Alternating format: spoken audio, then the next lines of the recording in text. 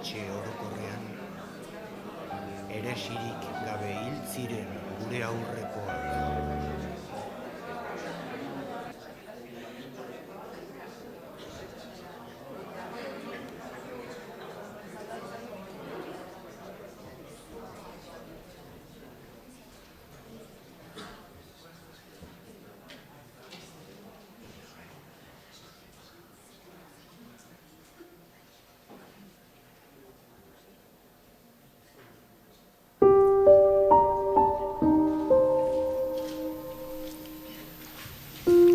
Arratsaldeon denei eta ongi etorriak. Nere buruari galdetzen ari naiz gaur, beste batzutan bezala, zer egiten dudan hemen, eta poesia irakurri behar dut.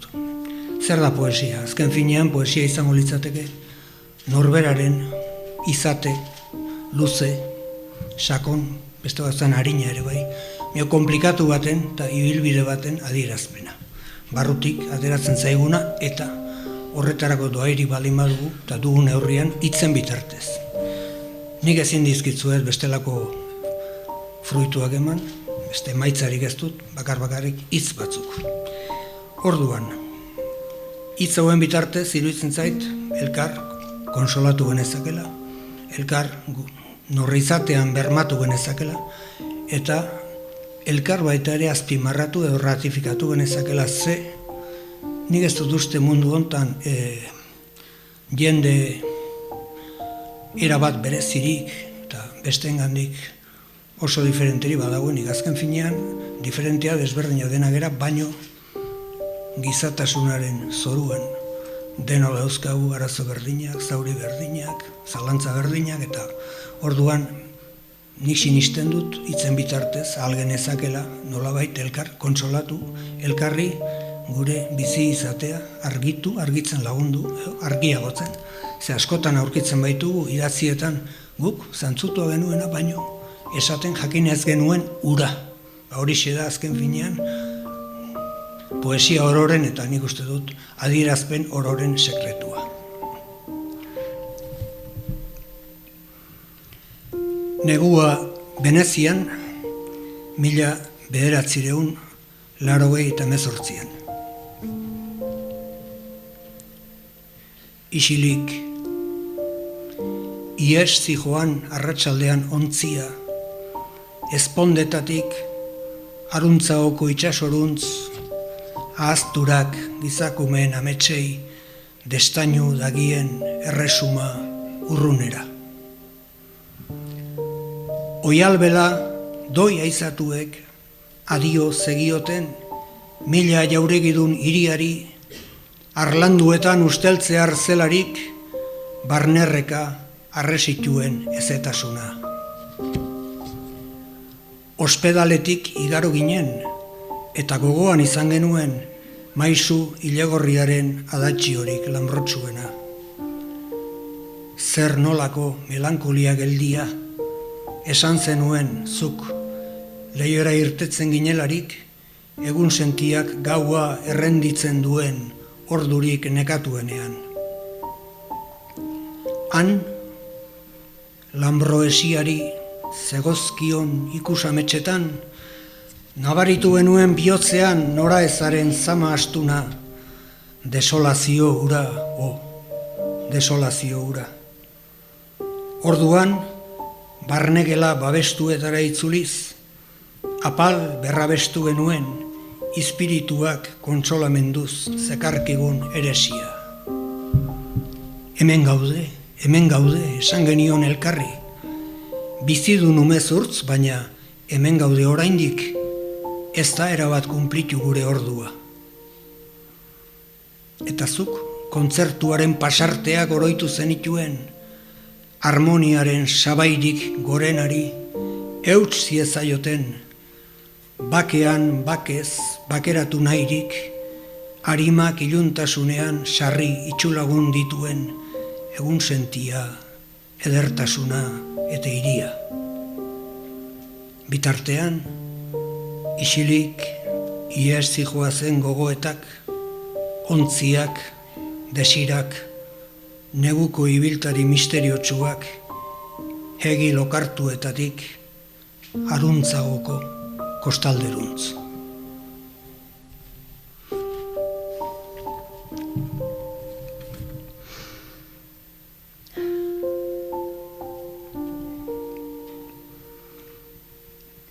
Elurtu ote dira, elorri txuriak, zukalde egin zenuen magaldi erpinetan, eta loretu ote da mimosa paradisu galduetako belazeetan. Primulak eta bioletak jaio dira hemen, bide bazterretako muntxo argitsuetan, baina biona beharko zukeen jardin hark utxik dirau orain, neguaren atxeden leku, eta Zidonea larroxa bat dago, iraganeko parke malenkoniatsuetan. Lehenago aurren solasak zeuden gure maitasunaren txokoetan, txantxangorri arrukitsuak dabiltza jauzika, oianetan kimu berriak ernaldu direla aldarrikatuz. Heriotza ere, loaren pareko izan daitekeela ikas genezake eta babesera bildu. Baina esaidazu, zer salbabide luketen, zure ikutu maitekorretik umezurtz gelditu ziren egun sentiaren esku izoztuek. Haiek zaituzte ferekatzen, ametsez, ezinez, oinazez.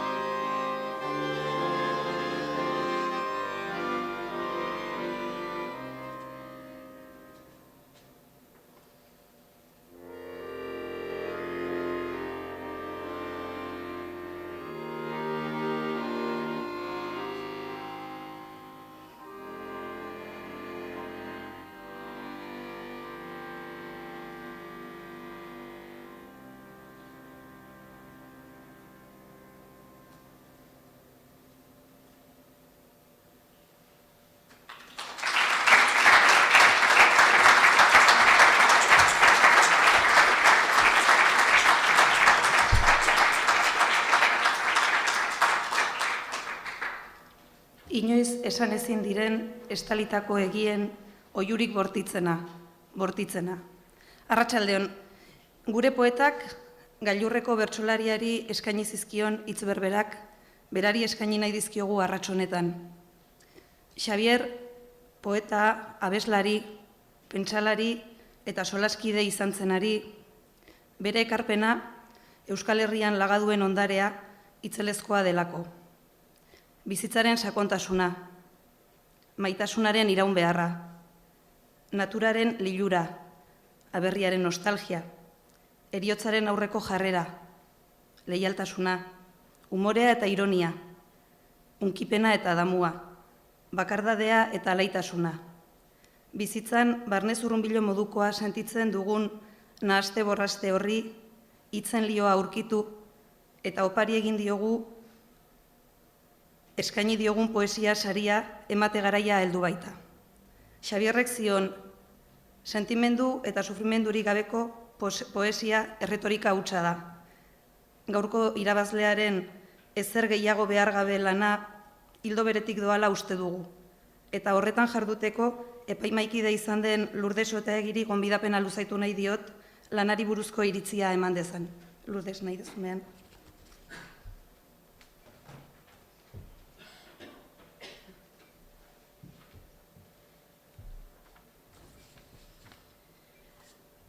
Arratsaldeon, eskerrik asko, Garazi.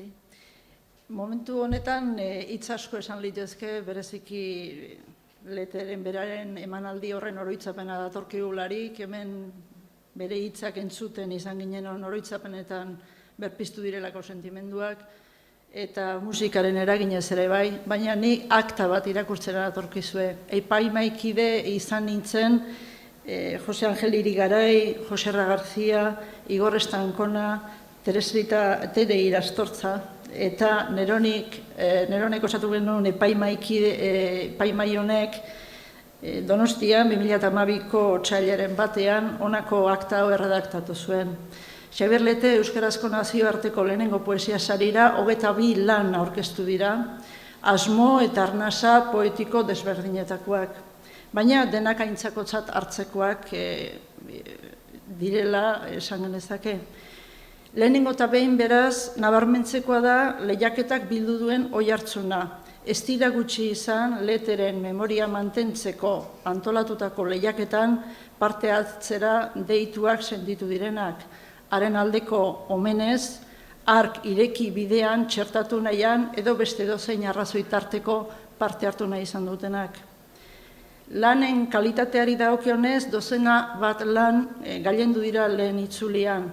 Gai, estilo, taxuera eta sakontasun desberdinetakoak berak. Izan da hoien artean, bizipen personaletan oinarritutakorik, muga edo molde berriak proposatu dituenik, filosofian bazkatu denik, diskurso edo narrazio garatzen duenik, zine eta antzerki gidoi tankerakorik ere bai, moldeak askotarikoak izan dira. Hizkuntza poetikoari dagokionez izan da goi mailako hautagairik ere, gauza bera poemategien garapenari dagokionez. Hots, kantitatea azpimarragarria izan bada, gisa berean pozgarria izan da guretzat zenbait lanen kalitatea egiaztatzea. Ondarritzulian, 5 lan gelditu eta hoien artean ezer gehiago behar gabe izeneko poemategia gailendu da. Poemategi eder eta jasoa gu denon iritziz. Aurkikuntza poetiko ugari dituena, ideia, metafora eta esateko moldean. Bere ahots lirikoaren ezaugarri dira espresioaren laburtasuna, mintzagaiaren konzentrazioa, automatearen obserbazioaren estatismoa eta hausnarketaren sakontasuna gisa berean. Bereziki aipagarria da, sentipenak eta natura uztartzeko era dotorea. Bai eta maitasun eta paradisu galduak nostalgiaz kantatzerakoan darabilen autoironia. Errepikapenek eta gai beraren inguruko itzuliek areagotu egiten dute poemategiaren intensitatea. Ondorioz, esan genezake, poesia klasikoaren ezaugarriak nabaritu ditugula beragan, baina era berean sentsazioen adierazpenean sorturiko irudiek eta hausnarketek surrealismoaren askatasuna bilatzen dutela.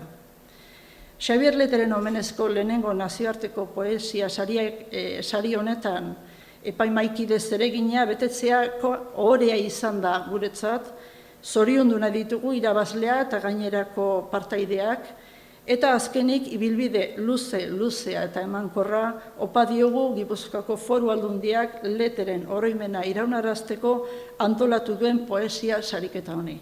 Beste gabe, akta bukatu da eta zorionak ematen dizkiot irabaztunari eta ibilbide literario eder bat.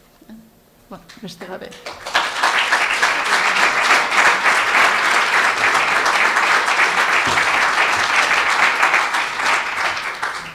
Lurdesi eskerrak emango dizkiogu, eta orain saria emateko eta liburua aurkezteko hor dituzue biak, Carlos Linazasoro saritua eta Ikerne Badiola Kultura, Gazteri eta Kirol Foru Diputatuari etortzeko gonbidapena luzatu nahi diet.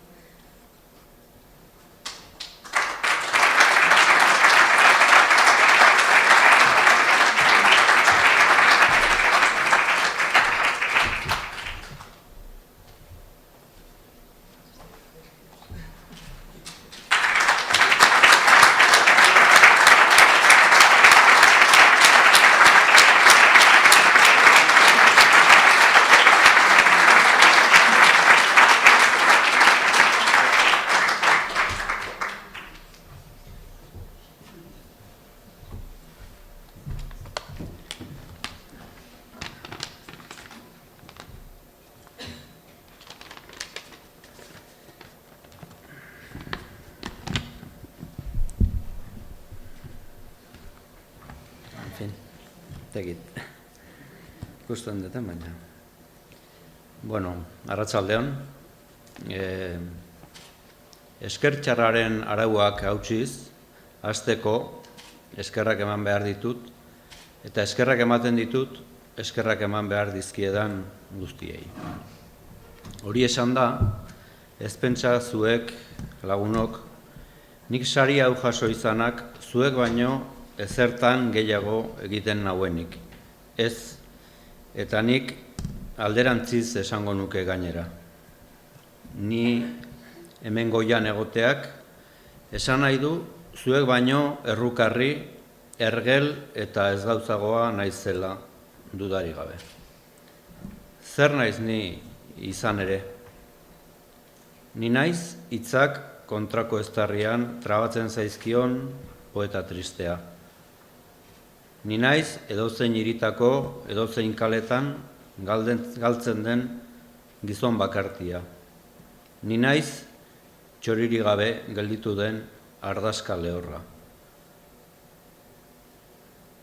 Ez zaidazue galdetu zergatik, ez zaidazue galdetu gauza ilun guztien arrazoi gordeaz.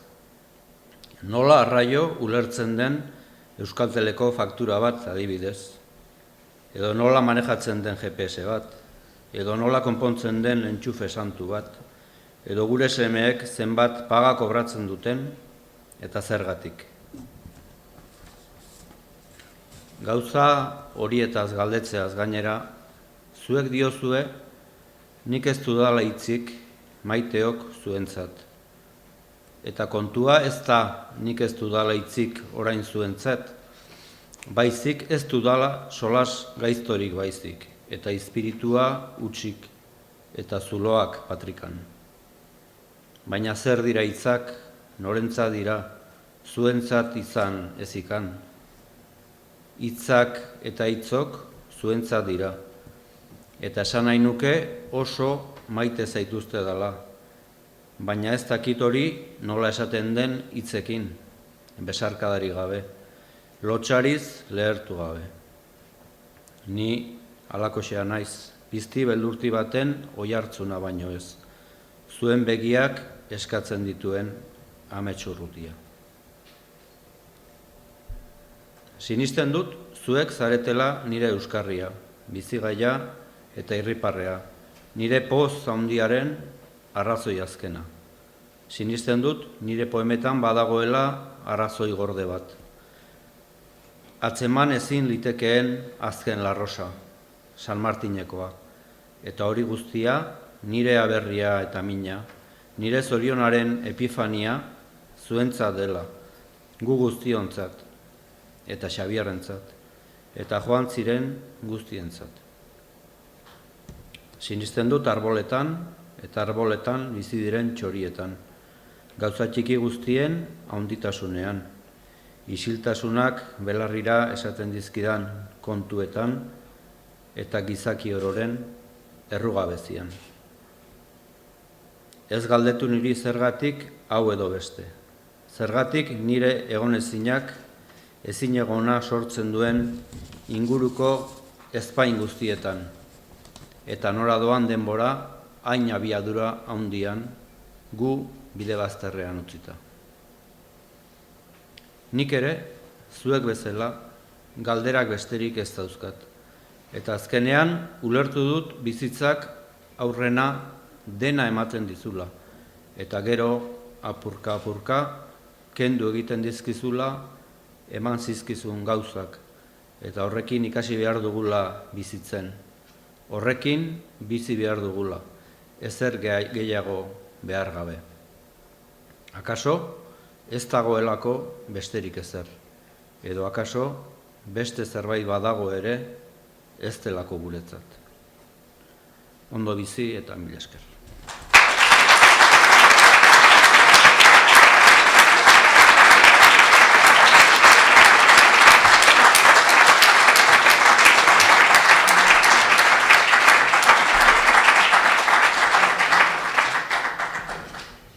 Arratsaldeon, lizentzia txiki bat hartu nahi nuke, Xabierre beak esaten zuen, enuela hitzaren doaia, baina, bueno, pasarte bat torri zait gaur gogora eta hoxe nahi nuke aipatu antolatzailearen baimenarekin. Xabierlete gaixo zegoelarik, luzeak egiten ziren bisita orduak, luzeak ez denborarengatik, imaginatu dezakezue ubiko ordutegi zorrotzak eta murritzak ziren oso luzeak. Luzeak ziren Xabierlete bezalako hiztun profesional bati gai interesgarri bat aukeratzea oso zaila izaten zen, eta gehiago une haietan. Berak tiratzen zion beti lehenik. Ze pasatzen da munduan? Mundua, klaro, lau pareta haien kanporatzeon guztia zen mundua. Eta, bueno, gure nahia izaten zen beti mezu positibo bat. Bueno, mundua ondoziak, gauzak aldatzen ziak, gauza aldatzen ziak, gauza positiboak, Euskal Herria, bestea, garai berriak. Bai. Baina gauza importanteik pasalda. Zaila izaten zen, galderari erantzutea. Xabierrek beak erabaki zuen azkeneko denboretan literatura klasikoari dedikatzea denbora. Klasikoak berriz ere irakurtzea. Gogoan dut, ospitaleko Leioazpin Txehofen liburu potolo mardul bat zegoela, egia esan ez zion kasoa handirik egiten azkeneko, gogoa pixkat galdua zuen. Prentsa ere unero, prentsa hautaketa bat eukitzezun ohe gainean, baina alata ere beti galdetzezun. Ze pasatzen da munduan? Galdu zuen prentsa irakurtzeko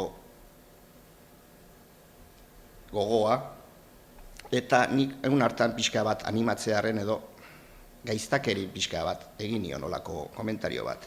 Bueno, Xabier, ire prentsa hautaketan ikusteit Diario Baskore ez tola azken aldiontan eta, bueno, kontatuko, eta astiontan Linatza Sorok, indik, zutabe polit bat, bai, eta ze esan du, Ikusi nuen olako interes, bueno, puntu bat bazuela, eta esan honei tira behar diot, ze esan du, Linatza Sorok, bueno, mutil berezilladek, baino gustatzen zaidak haren diskursoa. Eta pentsatu nun, hau da nerea. korrika batean jonitzan ospitaleko kontrolea eta egunkari bat lortu nuen eta kasualitatea antxe zegoen. Linazasoron zutabea. 2010ko urrian irakurri nion, hause, nire bizitzan lehenengo aldiz deklamazioari eman nion, egun hartan, Zeni eta Xabier Leteri deklamatzea, etzan lana erraza, gaur bigarrengo aldiz egingo dit. Hiri berezeki, Carlos. Lekutxo bat, 4.000 milioi pertsona lur honen gainean, eta nire irudimena zen berbera da. Esaten zuen Zimborska Andereak poema batean. Eta jarraitzen du esaten inork ez dituela ongi ulertzen zenbaki erraldoiak, gehiago unkitzen gaituela partikularrak, jendearen bizimodu txikiak. Esku argi bat eman zaigu bizitzeko, eta argi eskas horrekin hurbil-hurbileko gauzak baino ezin ditugu ikusi, lehen hilaran dauden aurpegiak. Gainerakoa galdu egiten zaigu ameilegi itxuan, ez pentsamenduan, ez azturan. Hautatu egin behar dugu, derrigortuta gaude hautatzera, eta aukeratzen duguna baino milioika aldiz handiagoa da baztertzen duguna. Baina ez dago beste biderik. Zorion orok dauka bere min dosia. Dena da izugarria gizakiarentzat, dena soberakoa. Galtzen duguna, munduak isurtzen duen isiltasuna, itsasoaren eiagora, denak bere handitasunean gainditu egiten gaitu, azpiratu, desosegatu.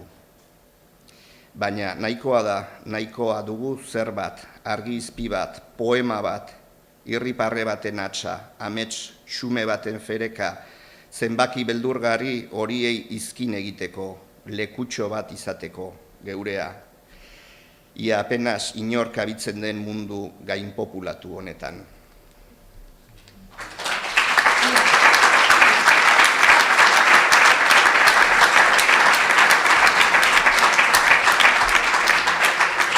Eta, nire lizentzia guztiz agortzeko, udaberria hasidan aste honetan, gaurxe pentsamentu hori naukan, Frantzisek eskatu zian, bigarrengo pieza bat jo beharko dek, eta, udaberriai buelta, eta pentsatzen hasi naiz, poetak ere, ez diote, udaberriai gehiegi behiratzen, Xabierrek behintzatez asko, beti udazken agora, negua bera, ez nau izutzen negu hurbilak, San Martin azken La Rosa, udazkeneko San Martin beti hor, kokaturik zuen metaforak, zuen simbologiak beti udazkenean, udaberrian nun batxe ez da zuen esparru biologiko edo poetiko nabarmenena, eta pentsamentun esan dit, jazta, aurkitu dit ba. Xabierrek aipatu zuen, noiz batxe udaberria, eun hartane, ez euneko originala izan bere idea izan, baizik eta tolosar baten laguntza behar izan duzuen. Tolosarra, Zarauztarren baimenarekin, Xabier Lizardi, udaberri lamien batzarra. Eskarrik asko Xabier, zorionak, Carlos.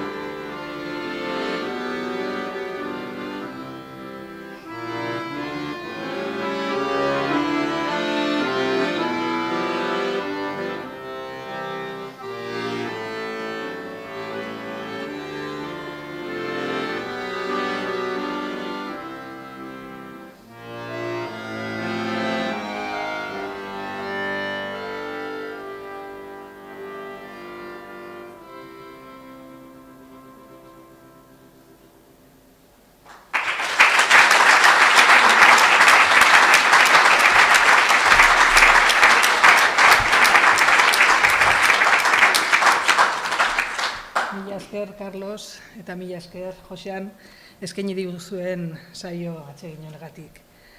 Ez dugu askotan poesia zuzenean horrela entzuten, eta gutxiago sortzailearen beraren ahotik, eta ez gara jabetzen zenbaiteraino den gauza ederra. Gutako gehienoi, Xabier Leteren poesia bere kantuen bidez iritsi zitzaigun. Niretzat, nire lehen oroitzapenen artean daude bere kantuak. Nirean bezala, Euskal Familien etxe askotan bere vinilozko disko zahar hoiek ohikoak ziren. Oraindik gogoan ditut Xabier Lete bere gitarrarekin agertzen ziren portadaiek. Xabier Leteren kantuek nire haurtzaroko eta gazte garaiko oroitzapenetan erabateko protagonismoa dute.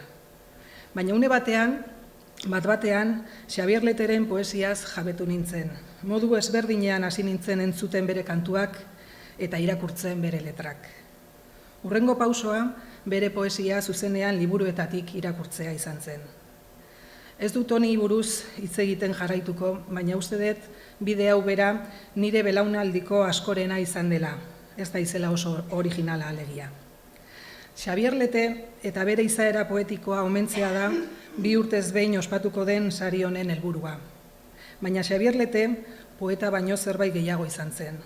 Niretzat konkretuki, esanahi berezia du gaur hemen egoteak, izan ere Xabier duela 25 urte, ni orain nagoen postu honetan bertan egon zen, eta hori, ohorea ez ezik, erantzunkizun handia ere bada. Hala ere, gaurkoan, Carlos Linazasoro da protagonista, eta eskerrak eman nahi dizkiot, honelako poema bilduma ederrarekin apaindu duelako Xabier Lete poesiaren lehenengo edizio hau. Eta beste parte hartzaile guztiak ere zoriondu nahi ditut, hain kalitate altuko lanak aurkezteagatik. Ez dut ahaztu nahi, Jose Ramon Anda artelan honen egilea, eta ez da Pamiela argitaletxearen